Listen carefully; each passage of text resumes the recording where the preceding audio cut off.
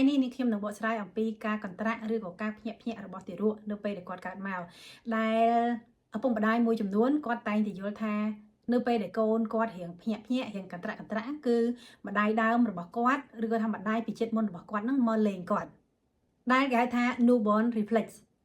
ជាទូទៅនៅពេលដែលទារកកើតមកភ្លាមគឺគាត់ត្រូវតែមានគេហៅថា reflex ហ្នឹងគឺជាការកន្ត្រាក់ឬការភ្ញាក់ដែលដើម្បីធ្វើការពារខ្លួនដោយឧទាហរណ៍នៅពេលដែលសុកបងប្អូនមានអីមកប៉ះបងប្អូនហ្នឹងទៅដោយឲ្យបាន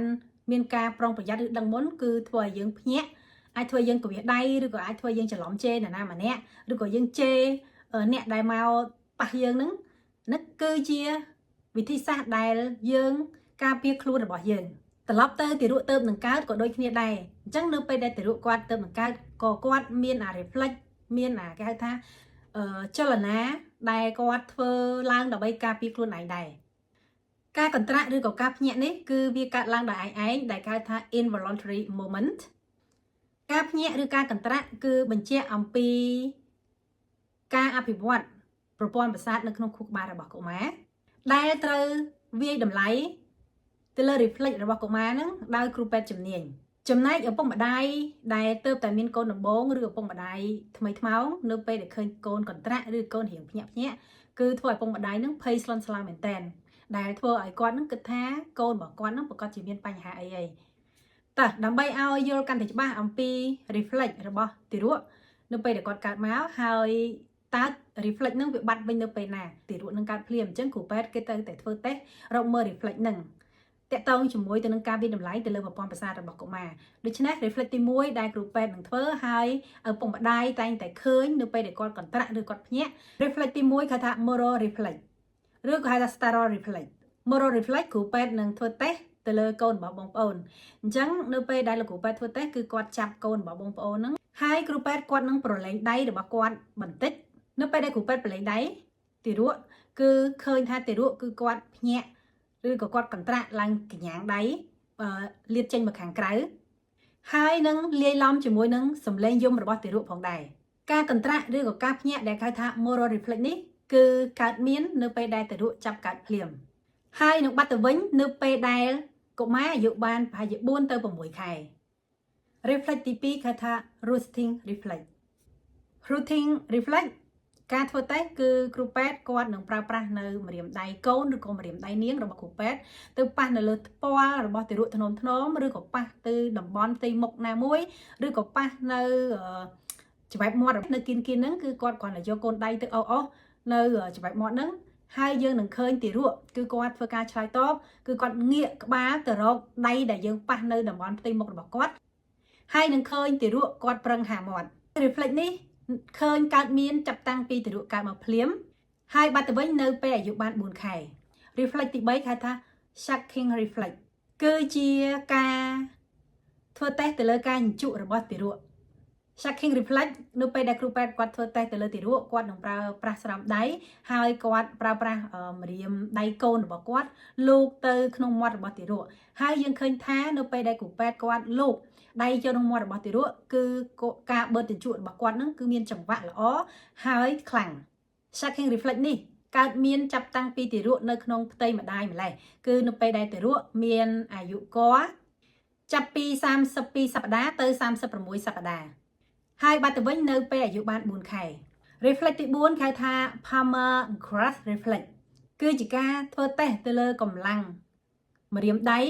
និងបាតដៃរបស់កុមារគឺគ្រូពេទ្យគាត់នឹងយកម្រាមដៃកូនរបស់គាត់ដាក់ទៅនឹងបាតដៃរបស់ទារកហើយយើងនឹងឃើញថាទារកគាត់នឹងខំប្រឹងក្តោបម្រាមដៃរបស់យើងទោះបីយើងទាញចេញមកវិញក៏គាត់អត់លែងដែរគឺគាត់ខំប្រឹងក្តោបម្រាមដៃរបស់យើងយ៉ាងស្អិតហើយណែន reflex នេះឃើញកើតមានចាប់តាំងពីទារកកើតមកភ្លាមហើយបាត់ទៅវិញនៅពេលដែលកុមារអាយុបាន4ទៅ6ខែ reflex ទី5គេថា plantar grasp reflex គឺជាការភ្ញូចទៅលើបាតជើងរបស់ទារក reflex គឺគ្រូពេទ្យគាត់នឹងប្រើប្រាស់នៅមេដៃរបស់គ្រូពេទ្យគាត់យកដាក់ទៅលើកែងជើងរបស់ទារករួចអស់ឡើងលើឲ្យទៅជិតម្រាមជើងរបស់ទារកឬក៏គ្រូពេទ្យគាត់នឹងដាក់មេដៃរបស់គ្រូពេទ្យនឹងចំផ្នែកកែងជើងទៅហើយគាត់អស់ទៅឡើងលើឲ្យចំកណ្ដាលបាតជើង ពេលនោះគ្រូពេទ្យនឹងសង្កេតមើលទៅលើម្រាមជើងទាំង5របស់ទារកគឺនឹងបត់100មេដៃរបស់គ្រូពេទ្យឬក៏ម្រាមជើងទាំង5ហ្នឹងក្តោបទៅលើម្រាមដៃរបស់គ្រូពេទ្យនៅពេលដែលគាត់អស់ពីកែងជើងរហូតដល់ចុងម្រាមជើងរបស់ទារកហើយ reflex នេះដែរកើតមានឡើងចាប់ពីទារកកើតមកភ្លាមនិងបាត់ទៅវិញនៅពេលដែលកុមារអាយុបាន12ទៅ24ខែ reflex ទី6គេហៅថា Babinski reflex គឺជាការធ្វើតេស្តទៅលើការភ្ញូចទៅលើនឹងកែងជើងរបស់ទារកដែរហើយការធ្វើតេស្តនេះគឺគ្រូពេទ្យគាត់នឹងយករបស់ដែលទាដែលវាអត់មុតយកទៅធ្វើតេស្តទៅលើកែងជើងរបស់ទារកដោយយករបស់នោះទៅប៉ះពីកែងជើងរបស់ទារកនៅចំហៀងហើយអស់ឡើងទៅលើទៅសំដៅទៅរកម្រាមជើងរបស់ទារកគឺផ្នែកខាងកូនជើងនៅពេលនោះគ្រូពេទ្យនឹងសង្កេតមើលឃើញថាម្រាមជើងរបស់ទារកនឹងបត់ឡើងទៅលើរៀងញែកចេញពីគ្នាហើយ reflex នេះដែរចាប់កើតមានតាំងពីទារកកើតហើយបាត់ទៅវិញនៅពេលអាយុបាន12ទៅ24ខែតែទី7គេហៅថា stepping ឬក៏ walking reflex គឺជាការធ្វើតេស្តមួយយើងឲ្យទារកហ្នឹងគាត់ប៉ះទៅលើនឹងកម្រាល reflex នេះគឺជាការធ្វើតេស្តទៅលើការបោះជំហានឬក៏ការដើររបស់ទារកបងប្អូនប្រកាសជាឆ្ងល់ទារកទៅតែកើតសោះហ្នឹងពាក្យថាទារកគឺក្រៅ1ខែអញ្ចឹងនៅពេលដែលគាត់ចាប់ផ្ដើមកើតគាត់មិនចេះដើរឬក៏ចេះបោះជំហាននៅហេតុអីបានគ្រូពេទ្យធ្វើតេស្តហ្នឹងដូច្នេះការធ្វើតេស្តទៅលើការបោះជំហានឬក៏ការដើររបស់គាត់ហ្នឹងគឺគ្រូពេទ្យនឹងចាប់លើកទារកថ្នមហើយឲ្យជើងរបស់គាត់ហ្នឹងប៉ះទៅលើកម្រាលពេលនោះគ្រូពេទ្យនឹងសង្កេតមើលទៅលើជើងទាំងពីររបស់ទារកឃើញថាប្រសិនបើគាត់មានការភ្ញូចធម្មតាទេជើងរបស់គាត់ទាំងពីរនឹងលើកឆ្លាស់គ្នាបើណាគឺឃើញលើកម្ដងលើកខាងឆ្វេងម្ដងលើកខាងស្ដាំអញ្ចឹងជើងទាំងពីរអត់លើកព្រមគ្នាទេគឺមានការឆ្លាស់គ្នា reflex នេះចាប់មានតាំងពីកើតហើយបាត់ទៅវិញនៅពេលដែលកូនអាយុបាន2ខែ reflex ទី8គេហៅថា tonic neck reflex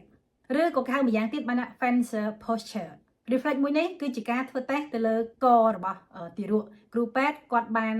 បង្វែរឬក៏ទាញកទារកបន្តិចឲ្យទៅចំហៀងអាចទៅឆ្វេងឬក៏ទៅស្ដាំនៅពេលនោះគ្រូពេទ្យនឹងសង្កេតមើលដៃទារកនៅខាងដែលយើងដាក់មុខឲ្យគាត់បត់ទៅចំហៀងឬក៏ងាកទៅចំហៀងហ្នឹងនឹងលាត្រង់ហើយដៃម្ខាងទៀតរបស់ទារកនឹងបត់ទៅរកក្បាលខ្លួនឯងហើយ reflex នេះកើតមានចាប់តាំងពីកើតបាត់ទៅវិញនៅពេលដែលគាត់អាយុបាន4ទៅ6ខែសរុបសេចក្តីមកវិញ reflex គឺជាការភ្ញាក់ឬការកន្ត្រាក់ដោយឯងដែលគេហៅថា involuntary movement ការភ្ញាក់និងការកន្ត្រាក់នេះកើតឡើងដើម្បីការពារខ្លួនរបស់ទារកផ្ទាល់ហើយ reflex នឹងកើតមាន reflex ខ្លះកើតមានចាប់ពីទារកនៅក្នុងផ្ទៃម្ដាយ reflex ខ្លះកើតមាននៅពេលដែលទារកកើតមកភ្លាមដូច្នេះតើតើនឹងការធ្វើតេស្តរុករកទៅលើការភ្ញាក់និងការកន្ត្រាក់របស់ទារកនឹងគឺដើម្បីបញ្ជាក់ពីស្ថានភាពប្រព័ន្ធប្រសាទរបស់កុមារប្រសិនបើ reflex ទាំងអស់នោះមានភាពមិនប្រក្រតីឬក៏ទារកនឹងគាត់អត់មានការភ្ញាក់ឬការកន្ត្រាក់នៅពេលដែលធ្វើតេស្តនោះទេបញ្ជាក់ថាទារកនឹងមានបញ្ហាទៅលើប្រព័ន្ធខួរក្បាលរបស់ទារកជាចុងក្រោយនាងខ្ញុំសូមអរគុណចំពោះពុកម៉ែបងប្អូនដែលបានស្ដាប់វីដេអូរបស់នាងខ្ញុំតែងតែជួយគាំទ្រវីដេអូរបស់នាងខ្ញុំ like share និង comment ល្អៗ